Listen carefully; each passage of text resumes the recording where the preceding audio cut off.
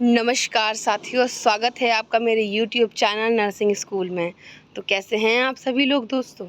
उम्मीद है आप सभी लोग अच्छे होंगे। तो पीजीआई चंडीगढ़ का एग्ज़ाम काफ़ी नज़दीक है एंड एग्ज़ाम की तैयारी मुझे उम्मीद है आपने कंप्लीट कर ली होगी, क्योंकि अभी जिस समय में अभी आप खड़े हैं, इस समय में आपकी पूरा जो सिलेबस है वो कंप्लीट हो जाना चाहिए, क्योंकि एग्ज़ाम काफ़ी नज़दीक है। और पीजीआई चंडीगढ़ का पार्ट 1 पार्ट 2 मैंने पहले अपलोड कर चुकी हूँ। अगर आप पार्ट 3 देख रहे हैं तो पहले पार्ट 1 एंड पार्ट 2 देख लीजिए, उसके बाद पार्ट 3 आप कंप्लीट कर सकते हैं। ठीक है, तो क्वेश्चन नंबर फर्स्ट से स्टार्ट करूँगी। क्वेश्चन नंबर फर्स्ट में पूछा गया है, which of the following principle guide nurses priorities at disaster caused by collapse building in earthquakes. यानी कि अर्थक्विक के टाइम पे जब बिल्डिंग्स कोलैप्स होती हैं तो नर्स को कौन से प्रिंसिपल्स हैं जो गाइड करेंगे कि डिज़ास्टर में कैसे प्रायोरिटीज सेट करनी है। तो पहला ऑप्शन है, haemorrhage necessitates immediate care to save most lives. Haemorrhage necessitate करेंगे यानी कि काफ़ी नीडेड है हैमरेज की कंडीशन में कि पेशेंट की इमीडिएट केयर करो। सेकेंड ऑप्शन में बोला गया है, those require the minimal care are treated first. जिनको मिनिमल केयर की ज़रूरत है उसे फर्स्ट ट्रीट कर दो ताकि वो दूसरों की हेल्प कर सकें। Those with head injuries are treated first so that their care more complex। Head injury वाले पेशेंट को पहले ट्रीट कर दो क्योंकि उनकी केयर ज़्यादा कॉम्प्लेक्स है। एंड नेक्स्ट है आपका, children should get highest priority because they have the greatest life expectancy. And this is the right answer, because childrens की जो लाइफ एक्सपेक्टेंसीज हैं वो एडल्ट की कंपैरिजन में हाईएस्ट है, इसलिए हाईएस्ट प्रायोरिटीज़ में चिल्ड्रंस को रखेंगे during collapsing of buildings in earthquake. किसी भी डिज़ास्टर में चिल्ड्रंस को पहले रखेंगे। ठीक है, नेक्स्ट क्वेश्चन है, मॉन्टक्स टेस्ट। काफ़ी जाना पहचाना नाम सुना ही होगा आपने, मॉन्टक्स टेस्ट, जिसको ट्यूबरकुलिन भी बोलते हैं। ठीक है, ट्यूबरकुलिन टेस्ट ये किस लिए किया जाता है? ऑप्शन पढ़ के क्या फ़ायदा है, इसका आंसर तो आप सभी को पता है। Option number C, tuberculosis. Tuberculosis की कंडीशन को डिटेक्ट करने के लिए, सस्पेक्ट करने के लिए किया जाता है, क्योंकि मॉन्टक्स टेस्ट के पॉजिटिव आने के बाद हम 100% ये नहीं बोल सकते कि पेशेंट को ट्यूबरक्लोसिस डायग्नोज हो चुका है। ठीक है, मॉन्टक्स टेस्ट से पेशेंट की जो सेंसिटिविटी है अगेंस्ट ट्यूबरक्लोसिस, उससे चल जाता है पता कि कितनी सेंसिटिविटी है बॉडी में। ठीक है, ऑप्शन नंबर सी करेक्ट है। Next, Bitot spot.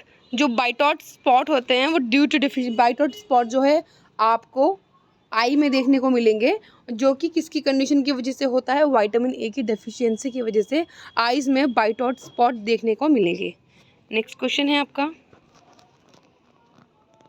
45 year old mail, 45 साल की एक पेशेंट है जिसका नाम है भगवंती देवी, और वो एडमिट हुई है हॉस्पिटल में। किस लिए हुई है? एब्डोमिनल हिस्टेरेक्टमी, यानी कि removal of uterus from the abdomen में इंसिजन दे के हिस्टेरेक्टमी की जाएगी following a diagnosis of uterine cancer, क्योंकि पेशेंट को था uterine cancer. So result of lab test indicate the patient. अब क्या हुआ, लैब टेस्ट हुए और रिजल्ट आया कि पेशेंट का जो WBC है वो है 9800। ठीक है, द मोस्ट एप्रोप्रिएट इंटरवेंशन। अब इसकी WBC की रेंज आ गई है, तो क्या करना होगा उस समय में? Call the operating room to cancel the surgery. Operating room को कॉल करके बोलेंगे कि सर्जरी कैंसिल करनी है।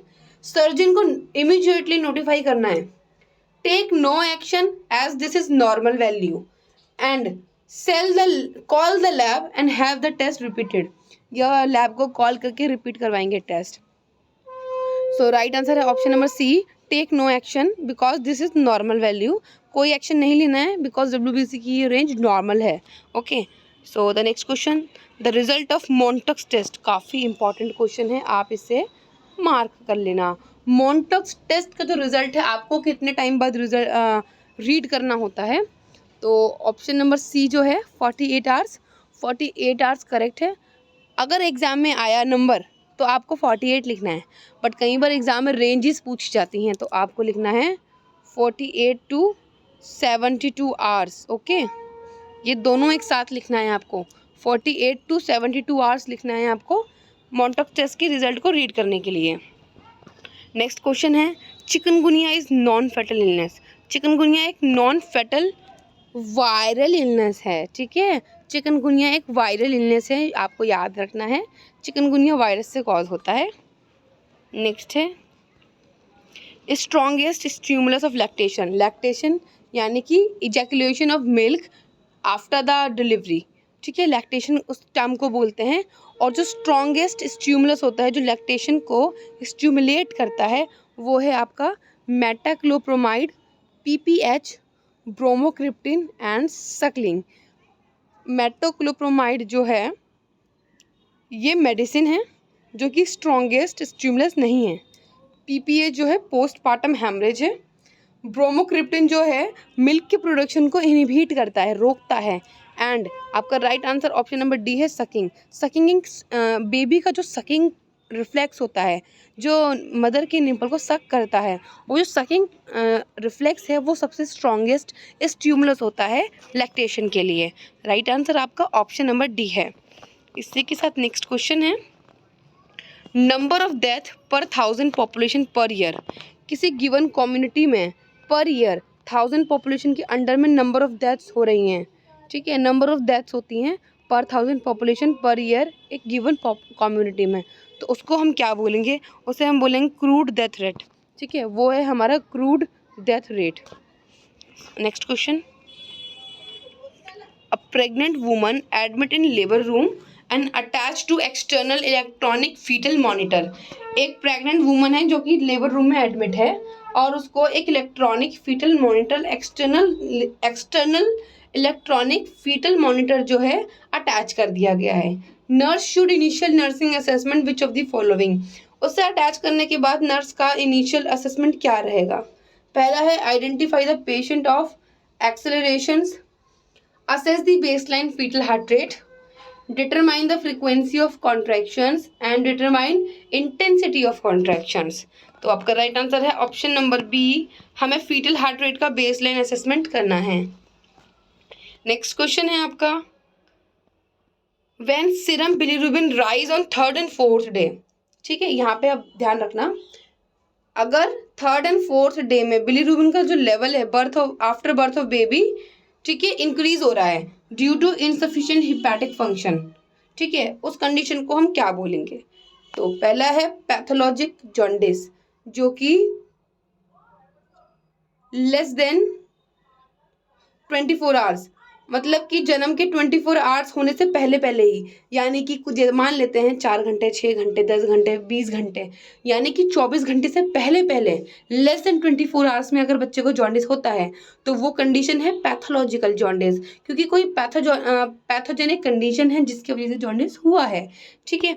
और वहीं अब फिजियोलॉजी की बात हो रही है, अगर फिजियोलॉजी में आफ्टर 24 आवर्स होता है, आफ्टर 24 आवर्स यानी कि 25 घंटे में, 26 घंटे में, 2 दिन में, 4 दिन में, 6 दिन में, 3 दिन में होता है, ठीक है, अगर आफ्टर 24 आवर्स बच्चे को जॉन्डिस हो रहा है, सीरम बिलीरुबिन लेवल बढ़ रहा है, तो वो एक फिजियोलॉजिकल जॉन्डिस है।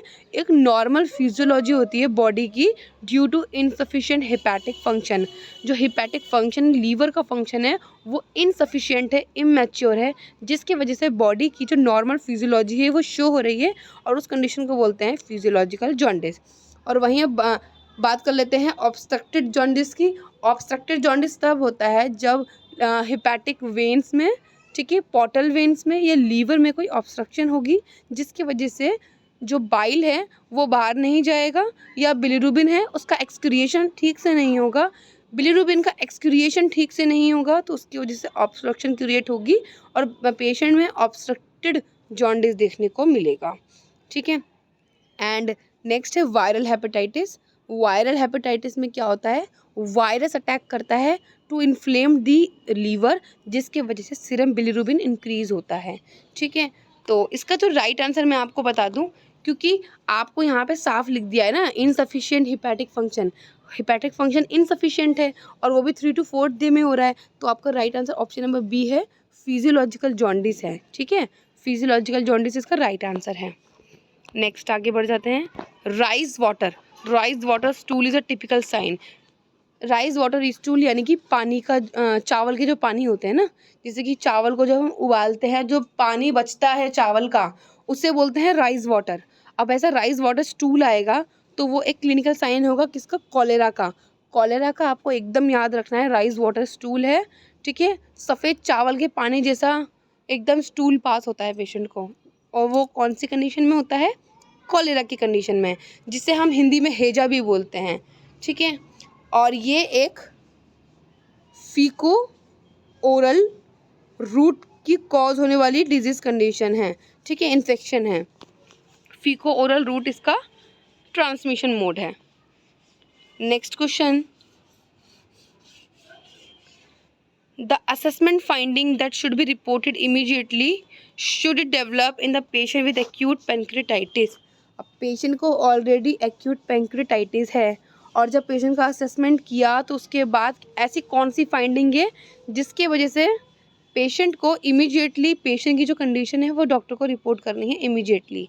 पहला है nausea and vomiting, abdominal pain, decrease bowel sound and shortness of breath. आपका right answer option number D है।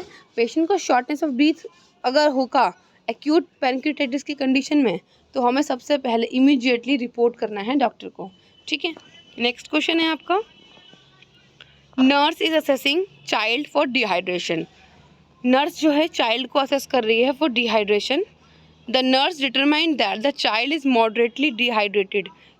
तो नर्स ने अब चाइल्ड को असेस किया और उसने ये असेस करके डिटरमाइन किया कि चाइल्ड को मॉडरेट डिहाइड्रेशन है। तो कौन से सिम्टम थे जिसकी वजह से नर्स ने ये डिटरमाइन किया है कि मॉडरेट डिहाइड्रेशन है। अब आपको मॉडरेट डिहाइड्रेशन के यहाँ पे सिम्टम्स बताने हैं। पहला है फ्लैट फॉन्टेनल, दूसरा है मॉइस्ट म्यूकस मेम्ब्रेन, थर्ड है pale skin colour and fourth है ओलिग्यूरिया। ओके, तो राइट आंसर आपका ऑप्शन नंबर डी है। ओलिग्यूरिया की कंडीशन में पेशेंट को उसने डिटरमाइन किया है कि पेशेंट को मॉडरेट डिहाइड्रेशन है। Next question, the nurse knows that the most informative measurement for determine cardiogenic shock. अब कार्डियोजेनिक शॉक को मेज़र करना है, उसको डिटरमाइन करना है कार्डियोजेनिक शॉक को, तो उसका मोस्ट इंफॉर्मेटिव मेजरमेंट क्या है। तो आपका right answer option number D है, कार्डियक इंडेक्स। कार्डियक इंडेक्स से हमें मोस्ट एक्यूरेट इंफॉर्मेटिव मेजरमेंट मिलता है कार्डियोजेनिक शॉक को डिटरमाइन करने के लिए। नेक्स्ट क्वेश्चन, विच इम्यूनाइजेशन प्रोड्यूस परमानेंट स्कार। काफ़ी इंपॉर्टेंट क्वेश्चन है। कौन सा इम्यूनाइजेशन है, कौन सा वैक्सीन है, यानी कि कौन सी वैक्सीन है जिसकी वजह से बॉडी में परमानेंट स्कार रह जाता है। तो आपका जो right answer option number B है, बीसीजी वैक्सीन, जो कि ट्यूबरकुलोसिस की प्रिवेंशन के लिए एट बर्थ दी जाती है, और बीसीजी वैक्सीन से ही बच्चे में परमानेंट स्कार देखने को मिलता है। नेक्स्ट क्वेश्चन है इसी के साथ, to disinfect 20 litre of water one should use a single chlorine tablet. 20 litre के वाटर को डिसइंफेक्ट करने के लिए कितनी सिंगल क्लोरीन टैबलेट का यूज़ करना होगा। सो राइट आंसर है आपका 0.5 ग्राम। 0.5 ग्राम की जो सिंगल यूज़ क्लोरीन टैबलेट होती है उसे आपको यूज़ करना है 20 लीटर ऑफ वाटर को डिसइंफेक्ट करने के लिए, ठीक है। सो नेक्स्ट क्वेश्चन है आपका, विच of the following system of medicine is Indian origin. ठीक है, यहाँ पे बोला गया है कौन से सिस्टम ऑफ मेडिसिन है जो जिसका इंडियन ओरिजिन है। तो आपका ऑप्शन नंबर है सिद्धा, ठीक है। सिद्धा जो है इंडियन ओरिजिन का मेडिसिन सिस्टम है, और बाकी होम्योपैथी, यूनानी एंड एक्यूपंक्चर ये सब इंडिया से बाहर की ओरिजिन है। Next question, immunity bye antibody formation during the course of disease. किसी डिजीज की कंडीशन होने की वजह से जो बॉडी में एंटीबॉडी फॉर्म होती है उस इम्यूनिटी को हम क्या बोलते हैं। उस इम्यूनिटी को हम बोलते हैं option number A active natural, जो कि नेचुरल तरीके से एक्टिवली नेचुरल तरीके से इम्यूनिटी बॉडी में डेवलप हुई है। नेक्स्ट क्वेश्चन है, dyspnoea associated with congestive heart failure is primarily due to. यहाँ पे बोला है कंजेस्टिव हार्ट फेलियर में डिस्निया भी एसोसिएट होता है, जो कि प्राइमरीली क्यों होता है ये आपको बताना है। तो चार ऑप्शन में से आपका बी ऑप्शन नंबर राइट है, accumulation of fluid in interstitial spaces and alveoli of the lungs। Lungs के alveoli and interstitial spaces में फ्लूइड के accumulate होने के वजह से कंजेस्टिव हार्ट फेलियर के साथ साथ पेशेंट में डिस्निया देखने को भी मिलता है। नेक्स्ट क्वेश्चन है, which of the following anti tuberculosis drug is bacteriostatic? Bacteriostatic that inhibits the growth of bacteria. ठीक है, bacteriostatic drug that inhibits growth of bacteria which is known as bacteriostatic. अब anti tuberculosis में आपको बताना है कौन सी bacteriostatic drug है, जो कि है आपकी option number B, ethambutol. Ethambutol जो है बैक्टीरियोस्टैटिक ड्रग है। नेक्स्ट है, which one of the following statement best describe the health? यानी कि कौन सा स्टेटमेंट है 4 ऑप्शन में से जो कि बेस्ट आपको हेल्थ के बारे में डिस्क्राइब करेगी? ऑप्शन नंबर है आपका C, state of functioning well physical mental and socially is known as health. Okay, next है tertiary level of prevention of disease. जो tertiary level of prevention of disease है वो आपको बताना है, जो कि है आपका rehabilitation to normal physical mental and social health. This is the tertiary level of prevention of disease. Okay, next question, major route of transmission. जो मेजर रूट ऑफ ट्रांसमिशन होता है हेपेटाइटिस ए का, वो आपको बताना है। आपको मैं बताऊं, हेपेटाइटिस ए एंड ई आपको याद रखना है। Hepatitis A and hepatitis E वो है आपका फीको ओरल रूट, याद रखना है। Hepatitis A, hepatitis E, faeco oral route है इसका। Next question, placental blood circulation. जो प्लेसेंटा का ब्लड सर्कुलेशन है वो किसके थ्रू होता है? वो है आपका स्पाइरल आर्टरीज। स्पाइरल आर्टरीज की वजह से जो प्लेसेंटल बेड है उसका ब्लड सर्कुलेशन होता है। नेक्स्ट क्वेश्चन है, the danger of convergence in woman with pre eclampsia. अगर लेबर में प्री एक्लेम्शिया की कंडीशन थी तो जो डेंजर ऑफ कन्वर्जन होते हैं वुमन में वो कब एंड होते हैं? 4 ऑप्शन में से आपका राइट आंसर है option number D, postmortem period में 48 आवर्स बाद। ठीक है, डिलीवरी होने के 48 आवर्स के बाद ही जो प्री एक्लेम्शिया में कन्वर्जेंस के जो रिस्क होते हैं वो कम हो जाते हैं। इसी के साथ नेक्स्ट क्वेश्चन है, herd immunity does not protect an individual. जो हर्ड इम्यूनिटी होती है, हर्ड इम्यूनिटी जो कि बॉडी में हिस्ट्री रखती है किसी डिजीज कंडीशन की, ठीक है, जो कि प्रीवियसली बॉडी में अटैक होता है, तो वो है आपका राइट आंसर टेटनस। टेटनस में हर्ड इम्यूनिटी बॉडी को प्रोटेक्ट नहीं करती है। ठीक है, सॉरी, हर्ड इम्यूनिटी वो इम्यूनिटी होती है जो कि एक स्पेसिफिक कम्युनिटी में प्रेजेंट होती है। ठीक है, एक स्पेसिफिक कम्युनिटी में जो इम्यूनिटी प्रेजेंट होती है किसी डिजीज कंडीशन के अगेंस्ट, उसे बोलते हैं हर्ड इम्यूनिटी। और हर्ड इम्यूनिटी है वो टेटनस के लिए प्रोटेक्ट इंडिविजुअल को नहीं करती है।